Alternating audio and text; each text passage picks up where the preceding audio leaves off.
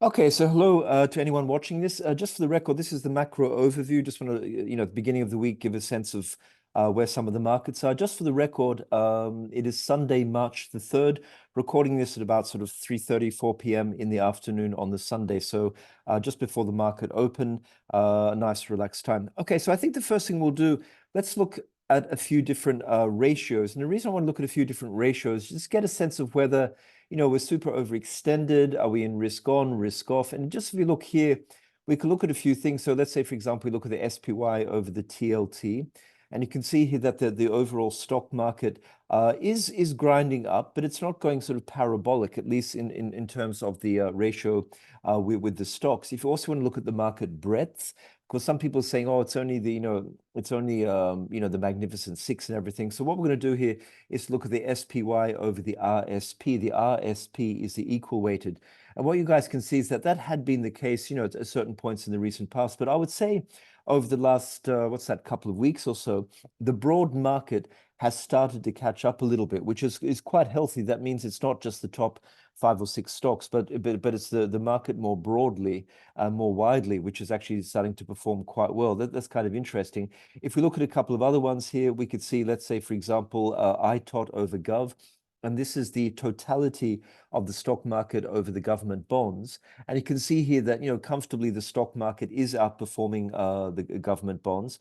And so we're in a bit of a sort of a risk-on environment here. If you want to look at something else, which I like to look at, this is the semiconductor index, so the SOX over the Japanese yen. So I use that as a little bit of a sort of a risk-on, risk-off kind of guide. And what you can see here is that the semiconductors, clearly outperforming, let's say, a safe haven like the yen. So all in all, I would say just, before we start talking about specific markets, that overall there's no sign of risk off particularly. Market seems quite happy. Stock market's grinding up. Everyone's happy. So I guess that's where we are. Okay, so just let's start looking at a few other things. Obviously, last Friday we had a bit of a data dump. We had the ISM manufacturing, which was all across the board was lower than expected. We had consumer confidence, which was a little lower, consumer expectations a little lower, consumer expectations for inflation, which was a little bit lower. So that gave the market another extra push, just with this idea that the overall sort of economy is doing quite well, but not poorly enough to really sort of worry the market, but not too hot to sort of stop the Fed at some point from cutting. So let's just have a look and just see where we're at in terms of the Fed here.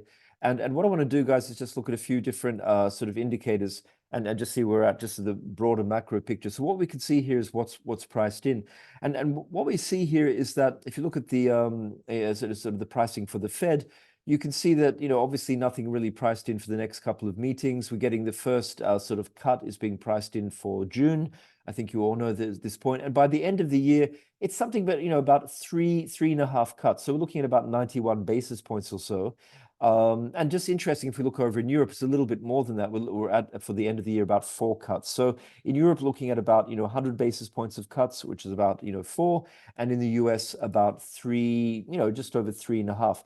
Now, the thing is that's getting quite close now to what the Fed projected back in December at the summary of economic projections. So we're at this sort of point now, I would say, of equilibrium where the market was sold off over the last, let's say, month or so, a little bit hawkishly, but now the market has come is much more closely aligned to the Fed. And so, and that's why now what we saw, let's say, for example, last Friday, anything which is slightly dovish or indicating slightly weaker economic activity, the market's taking that as an opportunity to rally, at least in terms of the bonds, at least in terms of the short-term bond market. And I think now probably what's going to happen is that we're in some kind of range. So let's look at, let's say, a SOFR contract, which is the short-term one. So what we can do just before we get there, just want to give you guys a sense of this. So this is on the Fed funds futures, which is the short-term bonds. And if we actually, I'll zoom that in a little bit. This is just gives you a sense of the implied yields. And you can see that essentially what the market is saying, hey, we're going to hold it up here for another 1 or 2 sort of contracts worth, another 2 or 3 months, and then basically the Fed's going to cut nicely. But the thing is that the market is not inelastic and is not static. And if we actually go back to what was the height of sort of dovishness, let's call it about the beginning of of January of this year. So to take it back to, let's say, something like about January the 9th or 10th, I don't know why not, slightly random, and we just zoom in a little bit, you can see that in terms of the implied yield, you can see that where we're at now, which is the orange line, that has gone up a lot. If we actually go back in time about 2 months or so, you can see that almost all across the curve, the market has essentially said we're going to stay a little bit higher for a little bit longer. You can see that, well, let's just move that here. You can see that here, you see that we had been forecasting sort of slightly more aggressive cuts. It's a bit flatter, but all across the curve, you can see that the market has sort of come closer to the Fed, a little bit more hawkish. So as I said, that too, this little graph here is showing this, just that the market has come back towards the Fed. And we can see that if we look at something which I like to sort of look at and occasionally like to trade, would be, let's say, the Z24 contract for the SOFR. So that's the short-term contract on December 24. And let's just see where that might go this week. So I'm going to bring that up. I think this is it here. Yeah, so we'll just zoom in here a little bit. And this really explains a little bit what's been going on. So we can see that, back in December, we had the relatively dovish Fed. We had a relatively dovish summary of economic projections. The Fed said they were going to cut not 2 times or twice, but maybe 3 times. The market got very excited and pushed the pricing up, which pushes down the yields. And then, of course, as we all know, we started to get some stronger than expected non-farm payrolls, some higher than expected CPI, some higher than expected numbers in the PPI. And essentially, we've come back all the way down, not only to where the Fed was back in December, but actually a little bit below. We sort of overshot a little bit. So what this is saying here is that the market, at least this is, for the December 2024, has basically priced out, as you can see here, a good about 75 basis points of cuts. So it's come pretty much towards the Fed fairly hawkishly. And just to put that in perspective, let me just look at this and just say, since this peak of, let's say, mid-January of this year, as you guys can see here, the market had been pricing at about almost 90 basis points, so a good 3.5 cuts. Remember that the market had been pricing in about 6 to 7 cuts. And now what's happened that over the last 2 or 3 days, you could see it bounced, especially on Friday after that slightly soft sort of ISM manufacturing. We're now at a point where we're roughly equivalent, about 3.5, 3.75 cuts, pretty close to what the Fed is where the Fed is at. So the question now is what happens in this upcoming week. Now, keep in mind, of course, that we do have Jerome Powell in front of the biannual sort of testimony before Congress.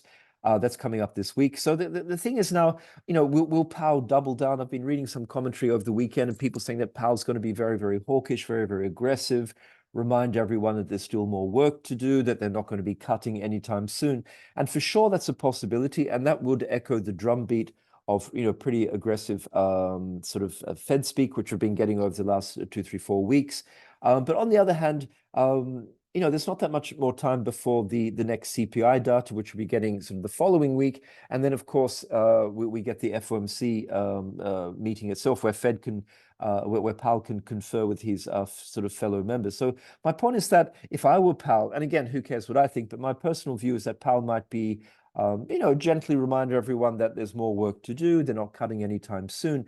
But I don't see any particular need for him to be overly aggressive, just because the work has been done. And as I say, Powell will be very, very pleased with this sort of realignment of the marking with the FOMC committee. So the thing is here is that let's just look at this and see what could happen. I do believe at this point we're trading just in this range. You can see down here that this is pretty hawkish if we get down to this level here. And I'll show you later on like the 2-year yields and the 5-year yield and the 10-year yield, what this looks like. But let's say about, 95.5 or so.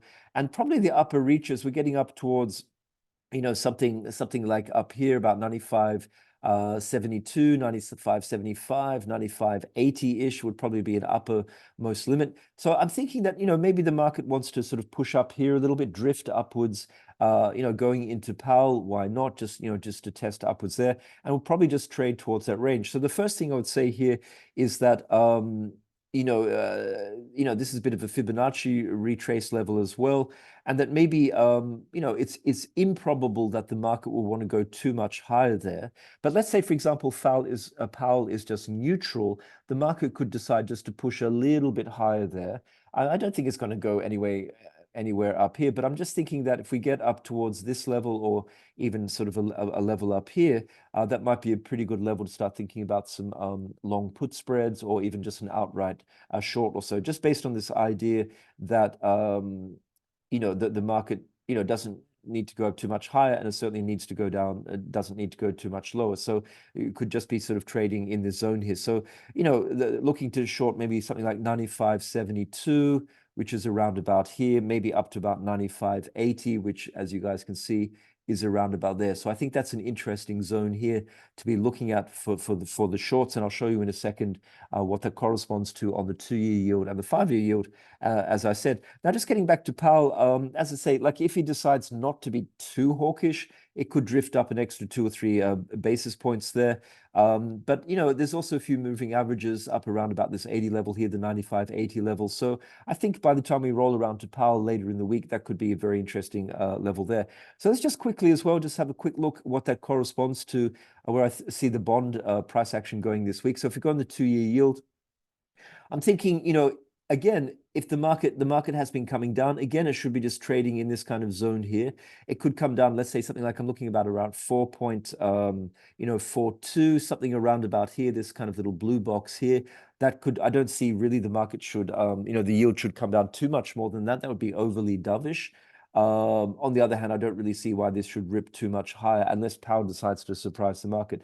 So again, in terms of the 2-year, I think anywhere around this 442, 443 kind of level on the yields would be interesting to be short, or maybe to do some put spreads. Again, just quickly, if we look at, let's say, the 5-year, similar kind of situation around about here, maybe about the 406 or so, this kind of level here.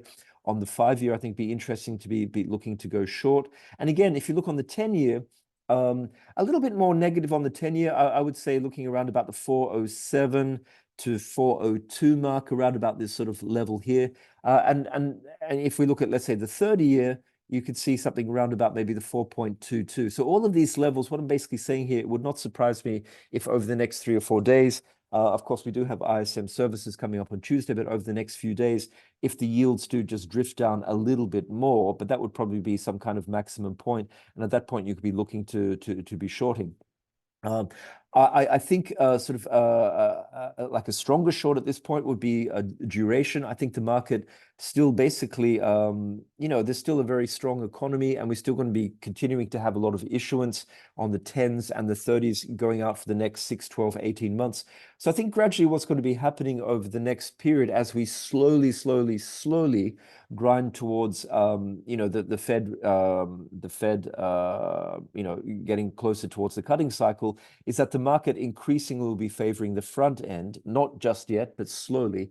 And the market will be keeping in mind the fact that the real economy is still relatively strong, and will secondly be keeping in mind that the US Treasury will continue to sort of have pretty heavy issuance. So I think that duration, like the 10 and the 30-year bonds, are going to remain a little bit heavy. They're going to trade a little bit heavy. And of course, that's going to have implications for the yield curve. So let's have a quick look at the yield curve. Let's look at the classic one. Let's say like the 10s, 2s, which I think I've got here somewhere. Sorry, guys, I'm just going to move a few of these here. All right. So if we look at, let's say, is that the 10s, 2s? Sorry, guys, I've just got a lot of stuff which you can't see here. Yeah, the 10s, 2s. So what you can see here is that over the last few days, we have had a little bit of bull steepening. Just based on the fact that, I think the market had done enough in terms of repricing hawkishly. And also, of course, on Friday, we did have some slightly neutral or even sort of softish data and consumer confidence sentiment kind of readings. But at this point, I think we're getting to a situation where, there's this level down here on the 2s, 10s, minus 47. That's probably going to be like the kind of the limit for the most flat, the flattest the curve is going to get. And we can extrapolate that out. If we go, let's say something like the 2s, 30s, I think you're looking at something around about 32 basis point. Let's say the 5s, 30s, I think you're probably looking down maybe, around about these levels, like the sort of the 10 or even like 8 or something around here. So I think we're slowly grinding towards the point where the market could still flatten a little bit on a slightly more hawkish SEP projection in March, a slightly more hawkish data, but the limits are there. And I think We saw a note out from Barclays over this weekend, saying that, it's going to be a bit painful, but ultimately the steepener will be where the market gets to, over the next 3, 6, 9 months. Of course, the problem is going to be holding, the problem is going to be the cost of carry, and the problem is going to be timing. But that's kind of the general sense of where we're getting to. So that's where we're getting with that. That's sort of, overview of the bond market here. At least in the US space. But if we go out to Europe, we just saw that we have the ECB, well, in the Eurozone, we have 4 cuts priced in by the end of the year. So at this point, what's interesting, we have the ECB meeting coming up, and that's why I'm talking about this. We seem to be in a sort of a holding pattern just at the moment for the Eurozone. So I'll just bring up, let's say, like the German yields here. So let's just throw on, let's say, the front end of the German curve. And again, similar kind of situation here that it looks as though the ECB, just with a lot of the governing council members, they're waiting for the Fed. Of course, there's some more dovish, some more hawkish, but in general, we seem to be at a point where, from what I can see, at least, there's less inflationary pressures in the Eurozone. The economy overall seems to be a little bit weaker.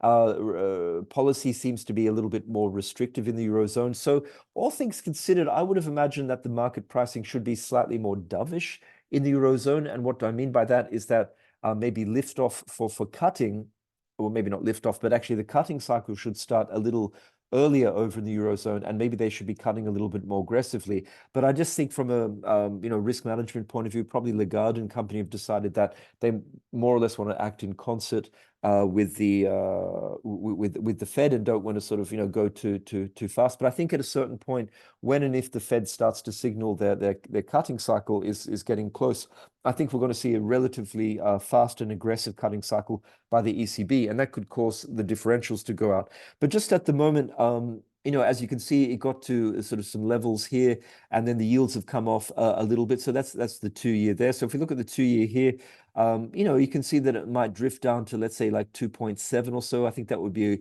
probably the trading range is going to be where we're at, and maybe down to about 2.7, which you guys can see here. I think it probably shouldn't go, particularly in the short term, anywhere lower than that. That's about, how many basis points away is that? We're talking, what's that, about 15 or so? Let me just kind of check. That's about 18 basis points. That's probably going to be the trading range there. I think if the Schatz over in Germany does get down towards that 2.7 level, that would probably be a good sell, because that's probably sort of dovish enough just for the moment. So I think that's going to be the trading range there. If we look, just pretty quickly at the bobble, and which is the 5-year, I think a similar kind of situation that could drift down to about 2.33, something around about these levels here, about 2.33.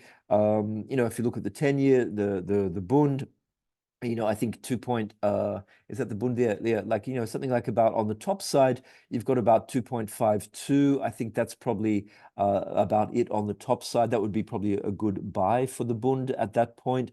And down on the bottom, something around about 2.32 or so. So again, more or less like the US, I think we're looking at trading ranges of about 25 basis points or so. And I think at this point, just while we're waiting for those central banks, the Fed and the ECB, what you want to be doing is establishing your trading ranges and just sort of fading the extremes. We're still probably a little bit early for aggressive sort of bull steepeners. We're probably still a bit early for extremely aggressive outright longs. So I think over the next 2, 3, 4 months, it's simply going to be just trading those ranges, based on the data as well, and everything like that. So just quickly, just while we're still on the bonds here, just looking at the differentials here. But if we look at something like, let's say, the US 5-year and the German 5-year, what's kind of interesting here, I might actually just get rid of that. Just get rid of a couple of these, clean it up. Sorry, guys, just clean up these a little bit here. You can see that what happened, especially on Friday here, is that the US yield came down quite a lot, obviously, quite aggressively towards the German yield. So those differentials have come in. Now that's going to have implications on the euro, the FX space, of course, that all things considered will be a negative for the DXY, the dollar index, and a positive for the euro. But you've got to ask yourself, is that going to go any lower than, let's say, this level here, 169, 170? So I think we've got maybe another 4 or 5 basis points for those differentials could come in. But at that point, you've got to say, let's say that happens over the next week or two. I think this level down here, 168.9 or 169, 170, could be quite interesting. And when and if we start to see the Fed starting to indicate the cutting cycle, as I say, I think the ECB will be a little bit more aggressive towards on the cutting cycle, and I do believe that this differential will, quite possibly head up towards 1.9 or 2 again. So as I say, I do believe it could just drift down a little bit more, and then once we get a bit more clarity and the ECB feels more comfortable about cutting and cutting maybe even more aggressively than their counterparts over the Atlantic, I think that's going to blow out a little bit. Well, blow out. It's going to go up a little bit and differentiate a little bit more, which of course would be negative for the euro and a positive for the dollar index. But that could be a story which could take another few weeks to play out. And again, just quickly, if we look on the 10-year, I think a similar kind of situation, but maybe down towards about maybe this sort of level down here, about 1.72. So these are levels which I'm looking at in terms of playing a spread trade between, which would basically be short the US space and long the European space. We're not quite there yet, but that's something to be looking out for. Okay, so much for the bonds. Let's just have a quick look over and just look at a couple of currencies here. So let's have a look at the dollar. And again, I mean, it's pretty self-explanatory here that, the dollar has not been, too crazy at the moment, but, relatively calm. The differentials, as we saw, are sort of coming in, in favor of the euro. So I think the dollar here could drift down towards, let's say, 103.5, which is around about, something around about this level. That's probably the bottom of the trading range. And, on the upside, maybe something up to about 104. Up here 104 sort of and a half or so. So I just think the dollar is going to probably drift around in this trading range. And then if you just sort of quickly throw that over across to the euro, I mean, maybe it can get up to here, 108.70, 108, 80, something like that. About here, where are we? 108.70 to 80. So 108.70 to 80, I think just around about here could be like a short. So essentially, again, just playing in the ranges. Again, having a quick look at the yen. There was a bit of speculation. Ueda, a couple of days ago from the Bank of Japan said, oh, we're not quite there yet. And he contradicted, was it Takata, who earlier, 24 hours earlier had said that, they were getting in range of maybe sort of normalization targets in terms of inflation and wage pressure and whatnot. So it's still a tricky one to be playing with the Japanese yen. It's a bit of good cop, bad cop. I think that's probably going to take another 2 or 3 months to play out. We'll have to get the famous Shunto negotiations for the wages. But the reality is that, 80-90% of USD JPY is based on US yields and the differential between the US yields and the Japanese government bonds. So I think, rather than trying to sort of read the tea leaves at the Bank of Japan, probably it's easier just to keep an eye on what the Fed is doing and what Powell says this week and what the US data is doing. That's going to lead the next direction. Pretty simple. Anything hawkish, obviously the US dollar is going to go and retest up here towards 152. Anything dovish, of course, will go towards the downside. Nothing particularly exciting there. What was interesting last week, guys, was gold.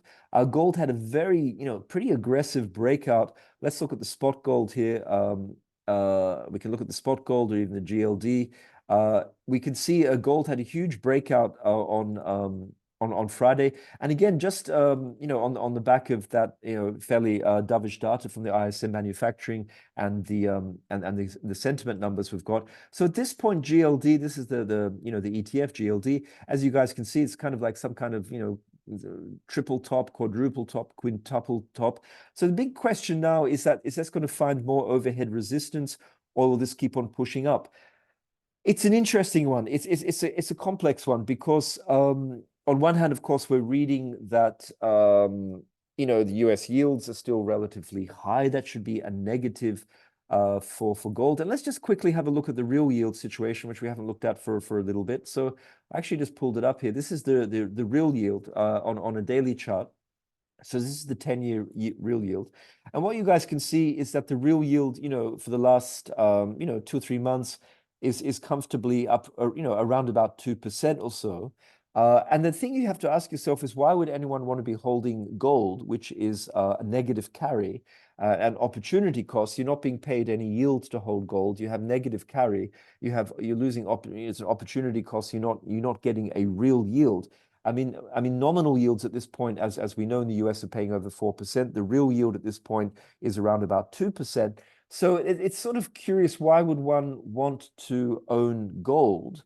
Unless, you know, geopolitically, if you're like the Russian central bank or the People's Bank of China, you're trying to diversify your holdings away from US denominated assets.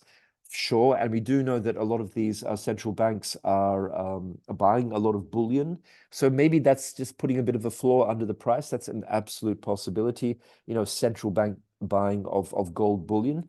The other issue is that, you know, is there a question that people are worried that somehow inflation is getting out of control, that you know, the US, so the Fed is losing control of the inflation battle? Possibly, but I don't really see it. Like, if that were the case, tips should be doing better. I mean, I just think also here, maybe the real yield just went down, you know, the last couple of days. You see here the real yield going down. Maybe that put a bid under gold. So gold for me is a curious one. And I'm going to be really curious, to be absolutely honest, to see how gold does this week. Does it push through? I mean, is this just like a positioning thing? The market was a little short, bit of a technical breakout, broke a few stops, a little bit of momentum. I think this could go a little bit further, but I'm just really, really curious, and I'll just put it on the futures contract here. So just, is that, I think I just pressed the futures contract. So if we look at GC1, you can see here pushing through. It's going to be very curious to see if this can be maintained, because it seems to me as long as the real yield is paying, you know, over 2%, you've got to ask yourself, what's so exciting about gold at this point? US dollar, you know, is not particularly weak. I'm curious, but this is certainly a very, very strong green candle. Maybe there's something going on with the central bank buying, you know, we don't know about, I don't know about. Let's see. But I think, you know, if this shows signs of momentum sort of weakening, this could be interesting short at some point. Let's see what Powell has to say in the data. But for sure, that's something I'll be looking out a lot at this point. And I'm just, if you look at some of the charts, like let's say the ratios like TLT divided by gold, that kind of ratio, it's not particularly that gold's outperforming massively, these kind of things. So it's a little bit it's a little bit of a curious one here for me. Okay, so let's move on. Something like just copper. I don't have a lot to say about copper, just trading in the middle of the range. Still waiting for, you know, more news out of China, or sign that, you know, the global market is picking up. I think that's a bit of dead money at the moment, so I won't talk too long about that. What is interesting about the other commodity space here, just want to look at oil. Oil breaking out a little bit. It gave a little bit back on Friday afternoon, but just looking here, as I say here, Sunday late afternoon, a couple of headlines just coming out about OPEC. We just saw, if I just look here, you can see here, today, OPEC Plus agrees to extend supply curbs to the end of Q2 from delegates. So just a sources story there. But if that proves to be true, we know that the OPEC meeting is coming up. If that proves to be true, that you know, in theory should be relatively bullish for oil. This idea that, you know, OPEC Plus is going to extend the cuts for another 3 months or so, and we are getting some signs that the physical market is relatively tight as well. If we actually just look, let's just look at the oil curve, which we haven't really looked at for a little bit here. I think I've got it here. Yeah, I put it up. So there's the curve here. And as you guys can see here, this is the WTI curve. A pretty steep, pretty aggressive backwardation here. That's a very nicely backwardated curve here. We can see that. So that's telling us that the physical markets are strong in oil. There's physical tightness. I've been looking at some of the calendar spreads, CL1, CL2, CL1, CL6, and definitely the physical market seems to be quite tight. And if we compare that to, let's say, let's do a couple of comparisons. Let's say from a week ago. Let's have a look. You can see that I mean, that's pretty impressive price action there, guys. Whoops. If we look, sorry, close. I want to actually zoom. So if we look at the oil curve from a week ago, where we are now is the orange, and you can see that not only has the outright price gone up, but look at the shape of the curve. It's actually sort of flipping more into backwardation. So we have a little bit of a long position on USO, which is good. So it looks to me as though oil could continue to break out here. Certainly, as I said, the physical market is tight. If we get these encouraging headlines saying that the OPEC Plus will extend the supply cuts for another 3 months, that's got to, at the margin, be sort of positive. So if we go back to the chart of CL, of oil, You can see here that it did break this kind of quadruple over this level. Let's just call it this very strong level here at about $79.50 on the CL1 chart. Gave a little bit back on Friday afternoon. So to be honest, it's going to be interesting to see how it opens tonight, Sunday night. And then more importantly, if it can push up and start breaking some of these fib levels. The next one on the CL1 chart, of course, is 81.40.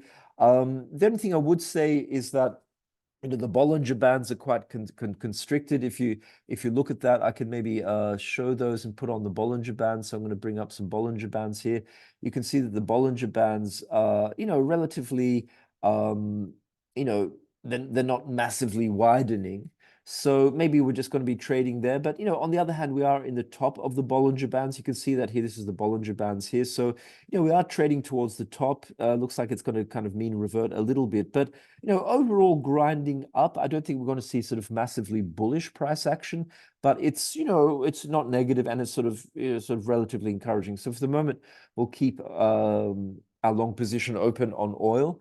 But of course, that will probably also depend on the US dollar to a certain extent. But, really it's going to depend on Powell, and interest rates is probably the most important thing there. Okay, so just finally, guys, let's just have a look and see our friends' equities. Okay, so the first thing to keep in mind, let me just get rid of these Bollinger Bands, is that equities, the volatility continues to grind lower. And at this point, this is obviously not a headwind for the bonds. So what this is telling me is that on the VIX here, you see the VIX, down around about the 13% mark or so. Nothing particularly stopping the bond market. No one seems to be particularly worried. Not a huge amount of downside protection being bought. And so you've got to start saying, well, okay, where are we going? So at this point, I was just trying to put a few lines. I've been seeing a few charts around on Twitter. People are starting to, try to do these kind of long-term things and saying there could be, a little bit of upside resistance here. And then, of course, what we could do is to maybe, start measuring out some, Fibonacci extensions. And you could do this kind of thing and say that, a Fibonacci extension is maybe up towards here. So who knows? Maybe 5,200 on the SPX, 5,300. I have no idea. What I can say is that, like, yes, is it slightly overbought? Yes. But on the other hand, we have, we had quite a strong earnings season. We have volatility low. We have a market which seems relatively comfortable where interest rates are. The market, the equity market has absorbed, a slightly more hawkish sort of interpretation of where the Fed is going. So we also saw, which I think is important, which I always like to look at, is the broader market, which is the RSP, which of course is the equal weight. And as you guys can see here, is that that's doing quite well. It's grinding up nicely. So it's not only the top 5 or 6 stocks, the Nvidias of the world. So I've got to say, maybe the equity market can continue to go a little bit higher. And let's say, for example, I was just playing around and looking at, let's say, like the monthlies. If we look at something, I'll put it on the SPX, and let's say look at the Bollinger Bands, because I do like to look at Bollinger Bands on the monthlies just to see if it's going to mean revert. And what you can see here is that on the SPX, on the monthly Bollinger Bands, that it does seem to be a little toppy, a little bit sort of overextended, and historically, it sort of closes outside the monthly Bollinger Bands. It does come back. So maybe on the SPX a little bit overextended. But what's interesting is that if you look on the Nasdaq, we're not actually above that, and so possibly there's a little bit more space on the on the NDX, maybe up towards I don't know, 18,800 or so. You can sort of measure it out just a little bit higher, 18,800. So maybe on Nasdaq, for example, you've got to say that from a technical perspective, there's even a little bit more to go towards the top side before the top of the Bollinger Bands. It starts closing outside the Bollinger Bands. So all of that to say that for sure we could put it back towards the daily. We could get some sort of pullbacks here and there. But I think at this point, what the equity market is saying, I mean, it's not really going parabolic in any shape or form. It's just sort of, we're having little 1 or 2% pullbacks, and then the dips are being bought. So I would say at this point, we're probably in a situation where it seems a little rich to be buying the equities, but it seems to be, I hate to say it almost, that a buy on dip kind of situation rather than a straight short. Now, what's going to make it a straight short?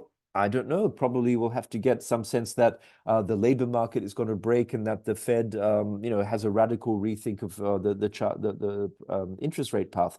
But at the moment, there seems to be an equity market which seems to be, happy to grind higher, occasionally having a 1.5% pullback. But what we've been seeing, if you look here on the Nasdaq, if we look at ES, is that all of these little pullbacks, they're not particularly vicious. It's getting to the top of the Bollinger Bands. It's coming back 1%, 1.5%, 2%, and then everything's being bought, as you guys can see here. So I think at this point, looks as though, we're going to be grinding higher, maybe for another 2, 3, 4, 5%. I've kind of given up sort of trying to predict when the equity market will come off. So that's about it for the week, guys. That's what we'll be looking at here. Again, I think for the bonds, be looking at the bonds, just trading those ranges. We have a little bit of data. Let's have a quick look of what's happening. As I say, I'll be looking a lot at gold this week. I'm very curious to see what's happening with gold. Just in terms of the data, everyone can see here, not a lot happening tomorrow in terms of the data, but we do then on Tuesday have the ISM services. And of course, we get a bunch of labor markets. So we get the JOLTS, we get the ADP, we get ADP on Wednesday, we get JOLTS. Of course, we get non-farm payrolls at the end of the week, initial jobless claims. So we'll have a much better read on the labor market. But at this point, the labor market has been very, very strong. There's nothing to suggest that that's particularly going to weaken this time around. And my personal view is that until and unless we get an aggressive breaking or weakening in the labor market, the U.S. consumer will continue to spend. The U.S. consumer will be able to support, slightly higher mortgage payments, slightly higher prices, a bit more inflation. That's the thing. What history tells us is that until people lose their job, they find ways to pay an extra $500 or $1,000 per month on their mortgage payments. They can, they can afford, a slightly higher cost of living. So as long as the labor market remains very, very strong, we have to imagine that consumer spending will continue. And if consumer spending will continue, we have to imagine that the overall U.S. economy will continue to be relatively strong. And in turn, that means that the Fed doesn't have to be that the economy will not break, the real economy will not break. And that we have to assume means that inflation will maybe not decelerate super quickly, which is not to say it won't come down a little bit. And that in turn means that the Fed will be under no pressure to very quickly cut. So I think we're going to be in this holding pattern for 2 or 3 months where maybe inflation sort of drifts downwards slowly. The Fed very, very slowly gets towards indicating that they're going to be cutting at some point. The curve will remain, sensitive to the yield curve will remain sensitive to the data. On hawkish data, it might sort of bear flatten a little bit, and then occasionally we'll get some sort of slightly more dovish commentary or dovish indication, which will be sort of a bit of a bull steepening. And in terms of the bonds, they'll probably just trade within this range of, 2 to 3 sort of cuts. So I guess at the next thing, we have to see what Powell says this week. And then probably the key thing will be the non-farm payrolls and, of course, the CPI, and then, of course, the March FOMC meetings. That's probably have to wait for another sort of 10 days or so to get a clearer sense of where we might be going over the next 2 or 3 months. So I think the order of this week is range trading, and probably the equities would not surprise me if they just keep on grinding up. So I think that's about all I wanted to say here. Just checking my notes. I think that's about it, guys. So good luck, and let's keep the conversation going. Thank you so much.